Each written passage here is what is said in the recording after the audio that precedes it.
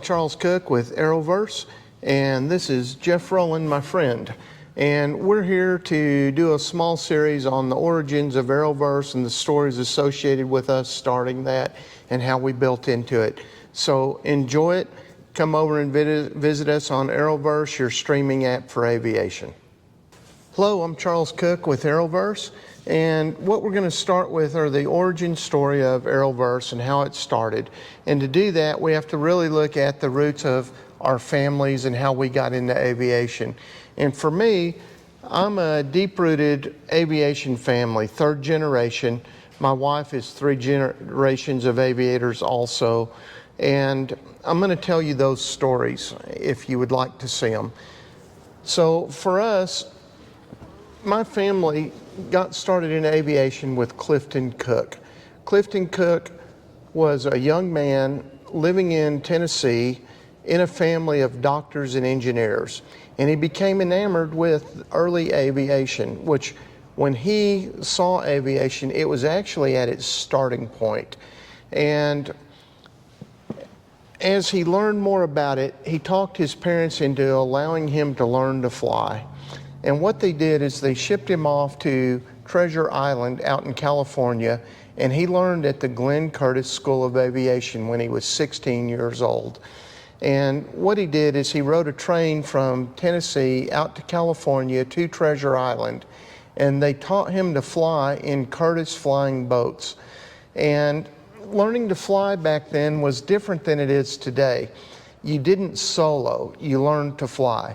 So what he would do is he would get in the boat with the instructor, and they would fly the flying boat until he learned the mechanics of flying and taking it off on water and landing on water. He never learned ground-based flying. And he finally reached a point where they said, "You're an aviator, you don't get to fly the airplane because we own them and they're too rare, but you can go home now." So he rode the train back to Tennessee and convinced his parents to buy him an airplane. Now, that was problematic because airplanes were rare. And there were really 2 trains of thought on flying an airplane. There was the Wright system and the Curtis system. And so he had learned the Curtis system, therefore he really needed a Curtis airplane to continue on. And he didn't get any more training than that. In other words, he learned to fly, then there was this blank period, and they found a Curtis airplane for sale. And that story is, that was a man named Lincoln Beechey. They had built an airplane at Curtis specifically for him called the Little Looper. And if you look that up, that was the first aerobatic plane. It was a very nimble, high-powered airplane.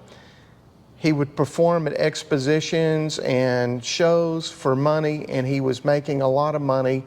And he commissioned a second airplane, which was a monoplane, which was structurally weak. He only flew it 3 times, and on the 3rd flight, the wing came off, and he was killed in the airplane. And out of that estate, they sold the Little Looper. And my grandfather's parents bought him the Little Looper out of the estate of Lincoln Beechey.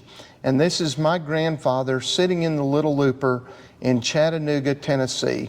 And as you see, there's a crowd around him to see it. And he continued on the Lincoln Beechey type flying, exhibition flying, which you see here. And it was a very good business for him until one day he was flying the airplane and landed on a horse track and went through the edge of the railing, and it broke both his legs. And that ended his flying career. It took him over a year to recover from that. And in the course of recovering from that, knowing he couldn't fly anymore, he went back to really where the family was founded on, which was engineering, and became a mechanical engineer.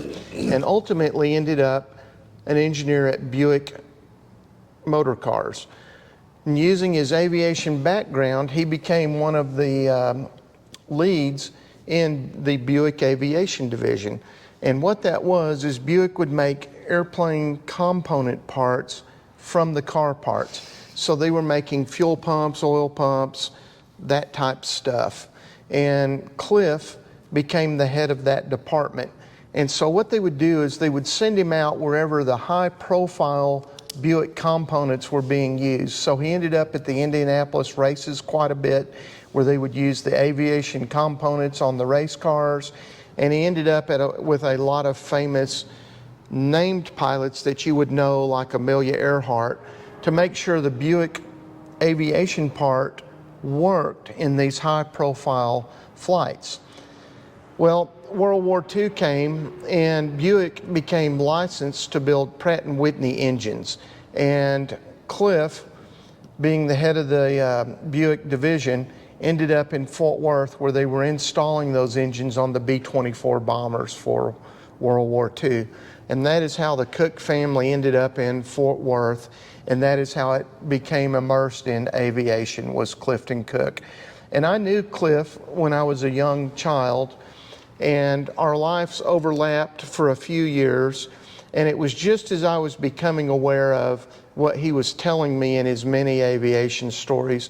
And one of my larger regrets is not being older, where I really could have soaked in some of what he was talking about. But I do have the recollections I have, and he planted the seed in my father and me, where we continued on the aviation flying. And as I said earlier, I'm third generation, so is my wife. I'm going to end this one here because you have the background on my grandfather. I'm going to tell you the story of my wife's grandfather in the next video. I hope you come over to Arrowverse. We have a lot of aviation content for aviation people.